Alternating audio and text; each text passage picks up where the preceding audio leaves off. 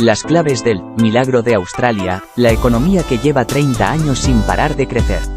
A principios de septiembre, conocíamos el dato de que Australia contrajo su economía un 7% durante el segundo trimestre a causa de la epidemia de coronavirus. Esta noticia, que a priori no debería tener especial relevancia, adquiere una importancia enorme si tenemos en cuenta que se trata de la primera recesión que sufre el país oceánico desde 1991, cuando su economía se contrajo en 2 trimestres consecutivos, 1,3% y 0,1%, respectivamente. Esto significa que su PIB llevaba creciendo ininterrumpidamente durante prácticamente 3 décadas, manteniendo su vigorosidad incluso durante la crisis financiera de 2008. Este año, si bien la epidemia de coronavirus ha puesto en pausa el crecimiento australiano, lo cierto es que las previsiones de caída de PIB para 2020 son de las menos malas de toda la OCDE, y en 2021 recuperará todo el terreno perdido, lo que pone de manifiesto la extraordinaria resiliencia económica del país. Un exitoso camino de reformas. La pujanza de Australia no es fruto de la casualidad, sino de un marco institucional y económico fruto de muchos años de ambiciosas reformas y que coloca al país en una posición de liderazgo. Concretamente, Australia se sitúa como la 4ª nación del mundo con mayor libertad económica, de acuerdo con el ranking elaborado anualmente por la Heritage Foundation, y que recoge elementos como la disciplina fiscal, la apertura comercial, la libertad de empresa, los derechos de propiedad, la carga impositiva o la flexibilidad laboral.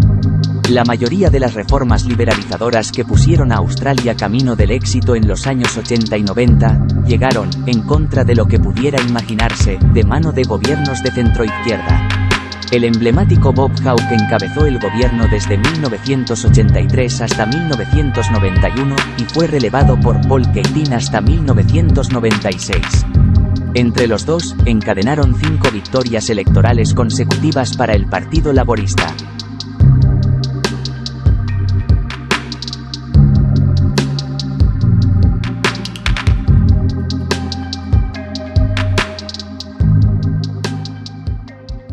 Las reformas comenzaron en el ámbito comercial, con la aceleración de la senda de reducción de los impuestos a la importación, emprendida ya en 1973, llegando a menos del 5% de arancel 2 décadas más tarde. Asimismo, se llevó a cabo una política de infraestructuras que desreguló el transporte y las telecomunicaciones, se privatizaron numerosos activos públicos con el fin de reducir la deuda y se redujeron los impuestos a individuos y empresas. En el ámbito laboral, en 1983 se puso en marcha el Acuerdo de Precios e Ingresos, que descentralizó las relaciones laborales y redujo el peso de la negociación colectiva. Ya en 1995, con la nueva Política Nacional de Competencia, se eliminaron miles de trabas y normas intervencionistas que restringían la competencia, y se eliminaron los monopolios públicos. Sin embargo, la mayor y más sorprendente reforma emprendida en Australia fue la del sistema de pensiones, encabezada por Paul Keating. En 1992, se implementó una ley que hizo que todos los trabajadores pasaran a formar parte de un sistema privado de capitalización, el conocido como superannuation.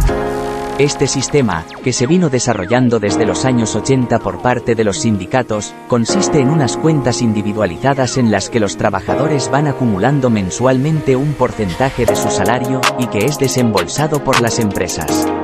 Estas contribuciones empresariales han ido incrementándose gradualmente, desde el 3% del salario inicialmente, hasta el 9,5% en la actualidad, y se situará en el 12% en 2025, sin contar las aportaciones adicionales que cada trabajador quiera hacer voluntariamente. A su vez, el dinero acumulado se deposita en fondos de inversión, que pueden estar gestionados por miles de entidades diferentes, logrando que el trabajador disponga de una gran variedad de productos para sacarle rentabilidad a su ahorro. Adicionalmente, el Estado asegura una pensión pública básica a cargo de los presupuestos, fondo de seguridad, que se concede solamente a aquellos ciudadanos con dificultades económicas o ingresos especialmente bajos.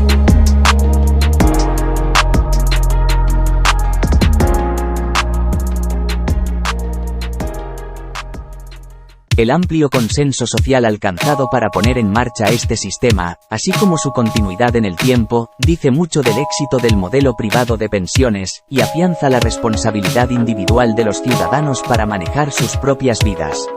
En este sentido, según una encuesta, casi el 80% de los ciudadanos australianos en edad de trabajar consideran que los mayores responsables de obtener una adecuada pensión de jubilación son ellos mismos, y no el Estado, cifra que es aún más elevada si se pregunta a los ya jubilados o próximos a jubilarse. Considerando el sistema de pensiones australiano a nivel macroeconómico, este es, sin duda, la joya de la corona del país oceánico. Sumando todas las cuentas individuales de los trabajadores, el país acumula la cuarta mayor hucha de pensiones de todo el mundo, pese a que solo supone el 0,3% de la población mundial. En términos monetarios, este gran fondo suma alrededor de 2 billones de dólares estadounidenses, suponiendo más del 130% del PIB del propio país. Además, como hemos comentado, todo este ahorro acumulado no está estático, sino que se reinvierte en los mercados nacionales e internacionales con el fin de obtener una rentabilidad de cara a la jubilación. Esta característica es, posiblemente, una de las claves del dinamismo económico de Australia, ya que supone que los ciudadanos están contribuyendo a financiar al tejido empresarial de su propio país, haciéndolo más competitivo, a la par que se benefician de manera directa del propio crecimiento de las empresas.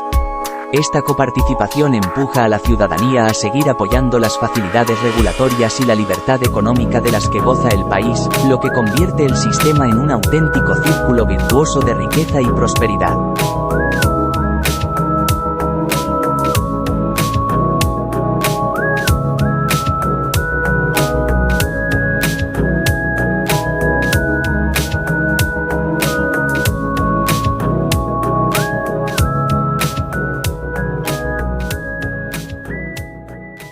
Pese a que la mayoría de las reformas estructurales en Australia, incluida la de las pensiones, fueron impulsadas por el Partido Laborista entre la década de los 80 y los 90, lo cierto es que el país de los canguros no abandonó la agenda reformista en los años posteriores.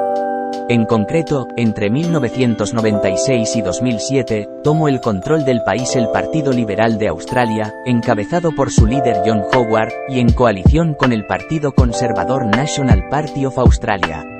Si pudiéramos resumir esta década en una palabra, esta sería, austeridad. La coalición promovió un ambicioso proyecto de estabilización fiscal a cargo del ministro de Hacienda, Peter Costello, que tenía el objetivo de volver a cuadrar las cuentas del país tras el déficit acumulado por la crisis de 1991 y que la prosperidad del país no se viera amenazada. Como resultado, Australia cosechó superávits presupuestarios prácticamente durante todos los años hasta 2008. Años después, en 2017, el propio Costello explicó algunas de las claves de su paquete de reformas. Dejamos claro desde el principio que buscaríamos oportunidades de ahorro en todos los ámbitos del gobierno, sin excepción. No había vacas sagradas, todas las partidas de gasto debían ser revisadas. Otra de las claves de nuestra estrategia fue insistir en la importancia de mantener una mayor lealtad entre jóvenes y mayores. Insistimos una y otra vez en que no podíamos hacer que los mayores se enriquezcan a costa de cargar de deudas y más deudas a los jóvenes. En todo momento dejamos claro que la deuda de hoy son los impuestos de mañana. En definitiva, en las últimas décadas Australia ha llevado a cabo uno de los mayores programas reformistas de la historia reciente. Y lo han logrado mediante amplios consensos sociales, de manera ordenada, con sentido común y buscando la complicidad de partidos de todo tipo, de sindicatos, empresas, ciudadanos. El resultado no es otro que uno de los países más desarrollados del mundo, con una economía dinámica y próspera. Un auténtico ejemplo a imitar que nos lleva más de 40 años de ventaja. ¿Cuántos más tendremos que esperar para empezar a seguir sus pasos?